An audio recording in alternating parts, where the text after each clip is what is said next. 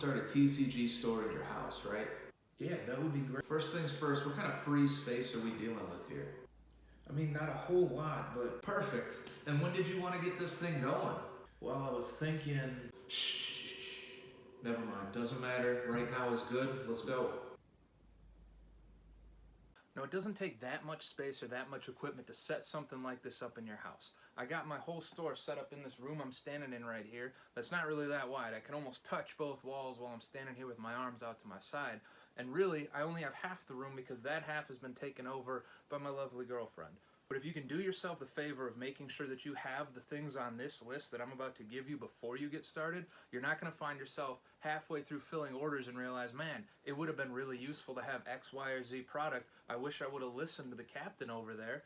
I'm going to help you right now. So first things first, we got to have a computer with good internet connection. All of it runs through the internet. Technically, you could probably do it through your phone as long as you could still connect that phone to a printer somewhere. But having a computer is just so much easier. Plus, it's useful for other things, like writing scripts for YouTube videos that you guys are going to like and subscribe to.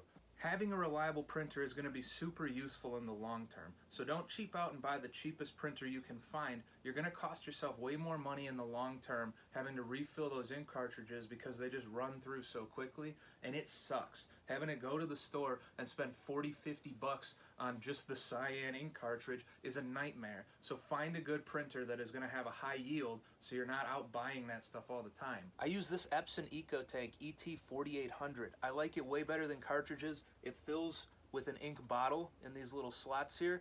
So far, so good. It's lasting me a long time. It's pretty reliable. It prints really clean.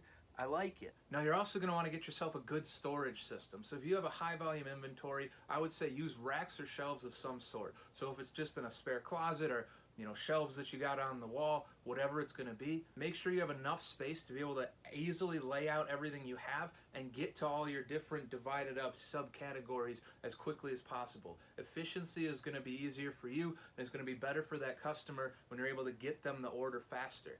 I have this 4-shelf rack. These two have cards for inventory on them. This bottom one has bulk all sorted out into more of these BCW boxes, and this top one has some binders and stuff that's not been sorted through and whatever. I think I got this on Amazon for like $100, $150, something like that. Super sturdy. I would probably just buy another one of these if I wanted another one. And next up, you're going to need shipping supplies. So things like sleeves, top loaders, tape, envelopes, bubble mailers, stamps, maybe business cards, all that kind of stuff that's going to get a good, clean order sent out to your customer and maybe do a little advertising for you along the way. For my shipping supplies, I try to keep them all organized and close together. So we've got envelopes, bubble mailers. I got a few top loaders, got to restock on those soon. These are sleeves for sorting new inventory. I got a stamp with the address on it. Please don't come rob my house. I've got calculator because math.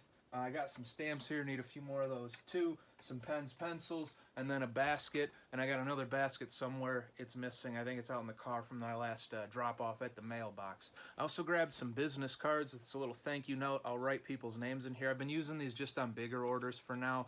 The back side, I threw a QR code to this channel just to try to get a little advertising in, whatever. But this is a really nice touch. When I get an order in that has a thank you note in it, even if it's not personalized and it's just printed on the card, feels good, feels better, feels more professional. And as a bonus, I keep some of these baskets around. So this one's a little bit smaller. It's big enough to stick an order slip in here, and it's just wide enough for them to not be falling all over the place. So when I'm pulling orders out of my boxes, I just stack them up in the basket, and then I can get the basket over here to work through as I'm top loading and sleeving and whatever else. I also have one that's bigger. It's like as wide as an envelope. That's the one that's out in the car. As I get orders stuffed in envelopes, sealed up and stamped, I stick them in the other basket, and then I can take the whole basket with me when I leave versus trying to hold on to a stack of orders because I got millions and millions a day, And last but not least, you need inventory because if we don't have it, what are we selling? What are we doing here, guys? Get yourself some cards. It can be whatever game you like. It can be every game you like. It doesn't matter. You just got to have stuff that you can sell. Really, if you need to, you can probably buy bulk from guys at the local game store that just want it out of their house for pretty cheap. Start with that, get used to your system, and then you can just grow from there. So once you got all your supplies all set up and you're ready to open that store, the best thing you can do for yourself is give yourself a well-organized and detailed process by which you do these things. So for me, my daily process is First thing in the morning, I pull up my new orders, I print out all my new packing slips, and then I get them all folded up. Fold them in half backwards, and then I fold them right along the dotted line that's on the printed page, because that way the address will show up in the window of the envelope perfectly. Next, I'll go over to my rack. I'll go through every order, pull every card that's needed, stack them all nicely and neatly in my basket, and then I'll bring them back to my desk for some work. And now we'll go through every order one by one, sleeving and top loading every order and taping it to that packing slip so that nothing moves around while it's being shipped. Once every order's been properly secured, we'll get them in envelopes, seal them up, throw some stamps on them, and they're ready to be shipped out. There's also a couple of things you should consider before setting this process in place, because once you've given yourself a good set of rules, it lets you just flow through the work until the work is done. For example, how many cards are you going to be able to fit in one top loader? I would say personally, if it's Yu-Gi-Oh cards, you can fit 5 in a top loader that's of a standard size fairly easily. If you have thicker top loaders, the number might be different. If you get to trying to pack too many cards into one top loader, they might show up damaged to the buyer, and you don't want that either. So figure out those numbers for whatever type of cards you're selling and make sure they're sleeved before they go in the top loader. Nobody wants scratched foiling.